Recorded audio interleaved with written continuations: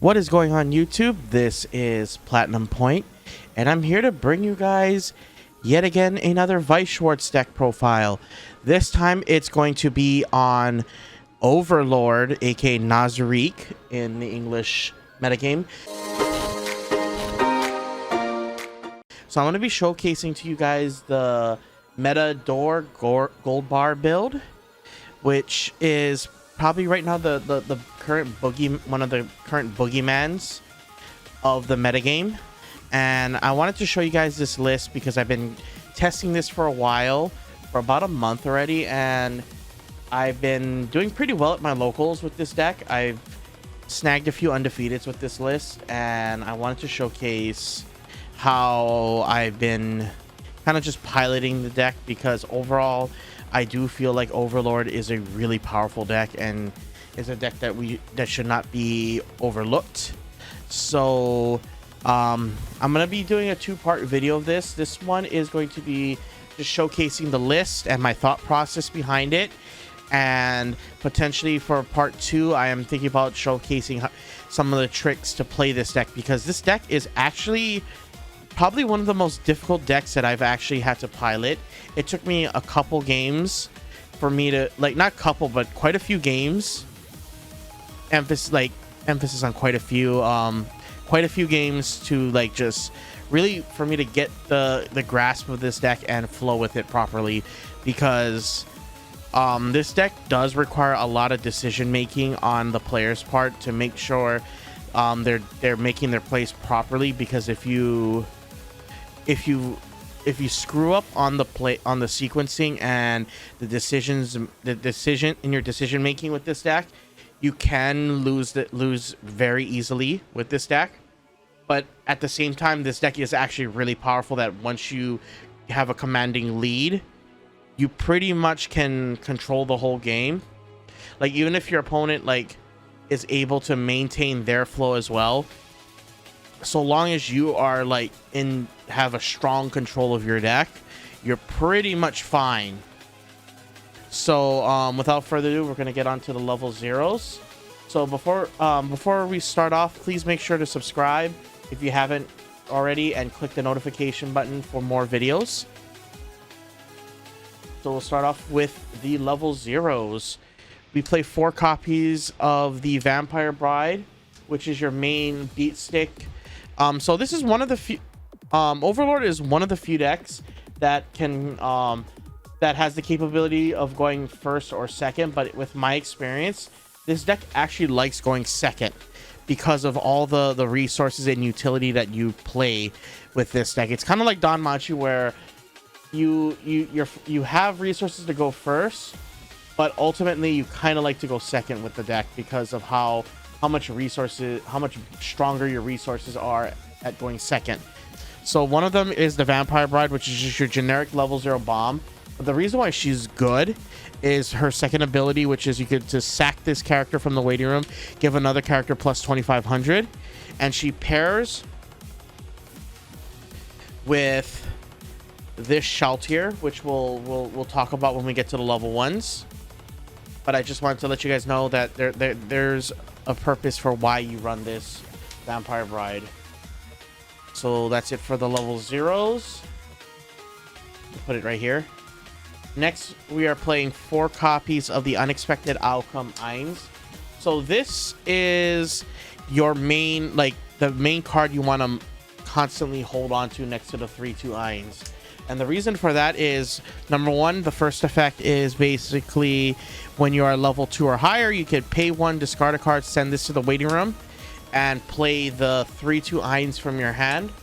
So this is your way of early playing the finisher of the deck, as well as during your opponent's turn, it has the ability, the same as the Bell from Danmachi, which is at the beginning of your opponent's attack phase, you may pay 1, lock yourself from the top part of your deck into clock, and then bounce this card and another card that you control back to your hand. So this is one of the reasons why this deck likes to go second, because going second, you're going to tri-field. You're going to try to tri-field with this, any other level 0, and the Brainstorm Shaltier, just so you can bounce back the Shaltier and reuse it and basically be able to gain an early stock advantage at turn 2. So like this allows you to try field without problems, without losing any advantage, which is really nice. Next, we play 3 copies of the Dark Elf Beast Tamer aura. So this is your Shiri or Fukajiro of the deck. So when she comes into play, she gets plus, let me see, plus 15. So she's a 3k beat stick. And then on death, you can send the top card, send 1 card from your hand, check up to the top 4 cards of your deck, and add 1 card that's a level 1 or higher from among the 4, and send the rest to the waiting room. So this allows you to get, this is just there for deck speed and helping you fetch out the event. Next, we play 3 copies of Praise to the Lord Shaltir. I know some builds are playing 2 of this, as that's been kind of the new trend with brainstorms, but I prefer 3 because I want to be able to see it in my hand as often as I can.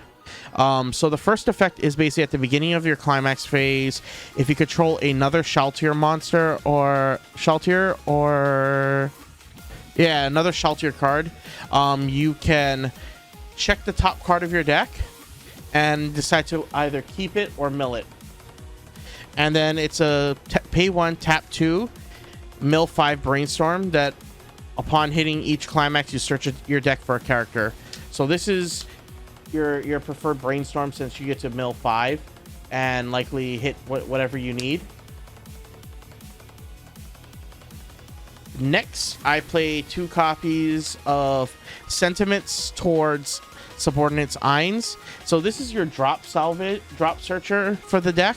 And the reason why I like this card over other drop searchers is not just because it allows you to search a card from your deck, but also its second effect, which is when this card gets reversed, you may put the top card of your deck into clock and then mill the top 2 cards of your deck, and you get to choose either 1 event or a level 1 or lower character and add it to your hand and send the rest to the waiting room.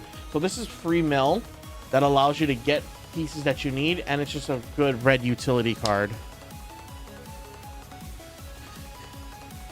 And then next, I play 2 copies of the Discussion About the Future Demiurge. This is basically your climax swapper with the on-play mill 3 effect. So you just use this for climax swapping. Now onto the level 1s. I play 4 copies of Petite and Beautiful Vampire Shaltir.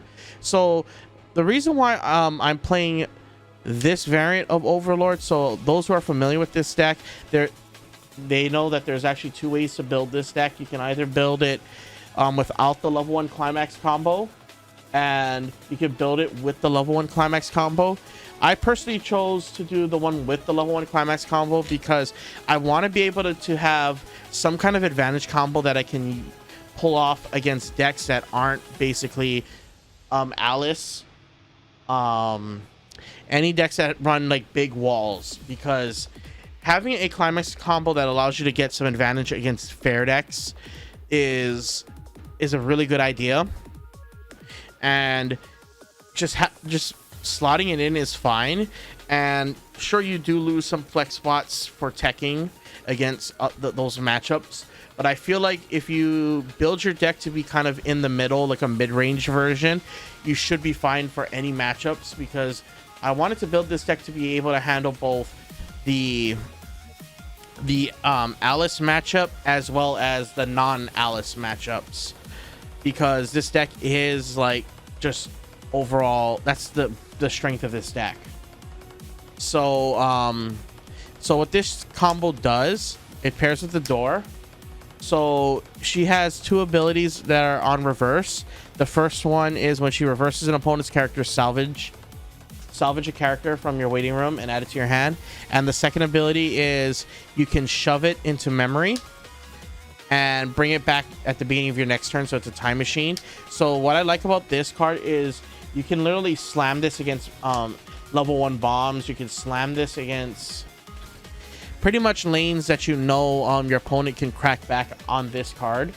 And you get to think about whether, depending on your deck state, are you willing to to put this into memory and just be confident enough to survive the, not survive, but take the damage, like be able to cancel multiple instances of damage, or just keep it on board and just use it as a 1-for-1 trade. So like this card allows you to essentially either selectively, based on the situation, protect itself to maintain advantage, or keep it on board and mitigate damage. So this is the one of the reasons why I like this card, because it at least allows you to mitigate damage on the crackback, which is really nice.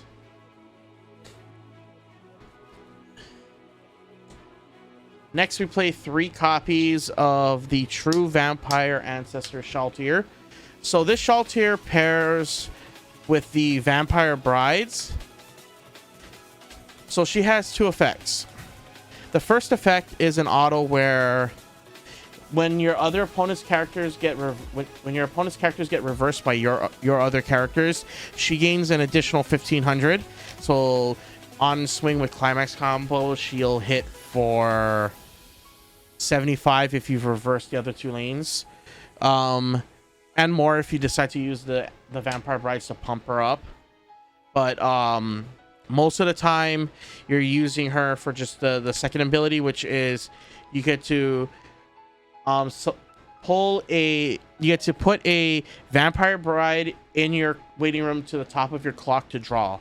So this allows you to essentially regenerate your hand for free. So the reason why I like this card is because you get to proc it multiple times, and sometimes I like to have 2 in hand so I could play 1 for 1 turn to like draw, and have another one for the next turn in case I level up, and I can guarantee that they go back to the waiting room just to draw again, because this just allows you to regenerate your hand and dig for resources that you need. Hence why this card is banned in Japan.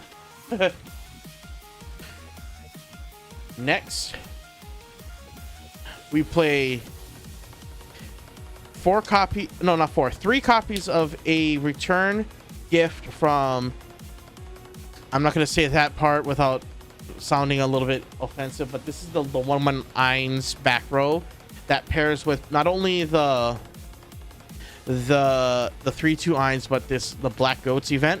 So I'll talk about that as well. So actually, let me put the just here so I can explain. So what makes this a very potent combination is at level 1, this card gives so continuous effect for this one is it's a level booster, level assist, and that it gives this event a -1 cost, and this event is a 1/1 event. So what this event does is you can play it from hand if you control an Eins, search salvage a Nazarick or grotesque race character from your discard pile and add it to your hand, and then pump a character by 1000 until the end of the turn. And the other effect of this is when this is in memory, you can burn one time, and basically if you have multiples in the memory, you get to burn 1 time for each event in memory. So ideally you want to shove all 5 into memory, so that way when you do the effect, which is a pay 1 discard a card during the encore step, you get to burn 1 5 times. So the third effect of this Eins is basically pairs with this climax, with this 3/2 Eins, and it triggers with this climax combo, which is you get to give one of your 3/2 Eins the ability with plus 4k power, and the ability which activates during your opponent's turn. The lane that this card is facing cannot get reversed, so both characters cannot get reversed, and it's hexproof. So this allows you to essentially, so like the goal with the deck is, as soon as you play this out, you want to keep it alive as possible, especially the ones that have the markers underneath. And I'll explain how these interact. But basically, you want to keep this alive enough to where when it's time to close the game, you just have to, your main goal is to just launch these events into memory, and then use the Ein's ability to blow the board up and just burn one 5 times to close the game.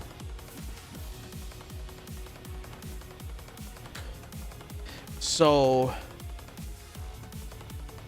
that's it for the level 0s.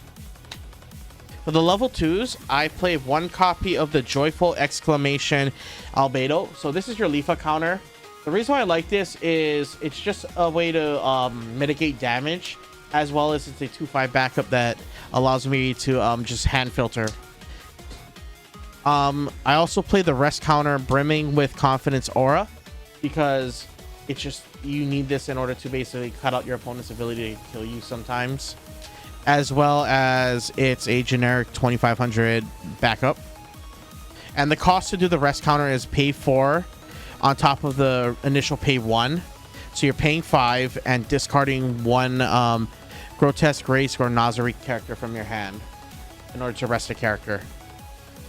Next, we play 2 copies of Deputy Leader of the Pleiades, Yuri Alpha. So if you have 4 more other characters on board, it gains plus 6k, and it has the ability on play, draw 2, ditch 2. And if you have all 4 other characters in play, you can choose a grotesque race character and put it into your stock, so it refunds itself easily. Next, we play Timid Floor Guardian Mare, which you're just using it for the Fumio effect, which is your opponent chooses 1 climax and then shuffles the rest. It shuffles the rest of the rating room back into the deck except that 1 climax that they choose. And then 4 copies of the Sorcerer King Eins. So this Eins, again, is really the main reason why this deck is strong, which is on climax combo, it gets a mandatory heal for each copy. With the climax, you have the option, you have 3 effects, but usually the first 2 you have to do in sequence, which is you get to shove as many copies of the black little goats in your waiting room underneath it as marker. Then the second effect is you cannot activate it all at the same turn. You have to wait the following turn when you land this climax combo again. So when you land the climax again, you get to do the second ability, which is you shove as many of the cards that were underneath it as a marker into memory, and then you get to choose characters on your opponent's stage and shove it into memory. I mean, not shove it into memory, shove it into the waiting room. So you essentially, if you land all 5, you get to board wipe their entire deck. And the thing about it, what I like about this effect, is you get to strategically, like, depending on how many markers you put underneath, you can strategically figure out which ones to board wipe and which ones you want to just protect, which ones you just want to like leave on the board for your Eins to just swing in and give like just better chances of sticking damage. So, and it's also, you also get to target your opponent's back row, which is really nice, because being able to target their back row allows you to just essentially just nuke their whole board and make it harder for them to recover. So this is one of the reasons why the Eins is such a scary matchup, because not only does with the 1/1 make it harder for your opponent to answer this during their turn, but it also adds the additional threat that if, depending on how many markers are underneath, they're going to lose the characters that they desperately need in order to basically mount a comeback. So this deck really is like the strongest control deck. I consider this deck kind of like a mid-range control deck, because your goal is to basically use your utility to basically bring out this Eins, and the Eins literally controls how the board state pans out for your opponent. But at the same time, it's just super just busted. And then the last ability, which is on the climax, burn 1 and it gains plus 2k. So this deck is probably one of the strongest decks of the meta right now, as well as the most difficult to play. I feel like if I had to compare this with the Alice build, which is also very difficult to play, I think the Overlord one is a lot more difficult because you have to sequence everything correctly, or you can fall behind very quickly and just lose that advantage in tempo that you so desperately want to maintain. Like, this is a deck where you want to constantly maintain control of your deck and control of the game in order to basically win. So overall, I do like this deck. It's really fun to play, and I will showcase some videos later on of me playing this deck. I will also be doing a part 2 where I discuss like the basics of this deck, so that way for those who want to learn how to play this deck, I can at least show you the basics, so then you can learn from there. So I hope you guys liked this video. Don't forget to rate, comment, subscribe, and false crack that like button, because everything helps, and I'm looking forward to producing more content for you guys soon. So once again, this is Platinum Point signing out. Peace out and stay on point, guys.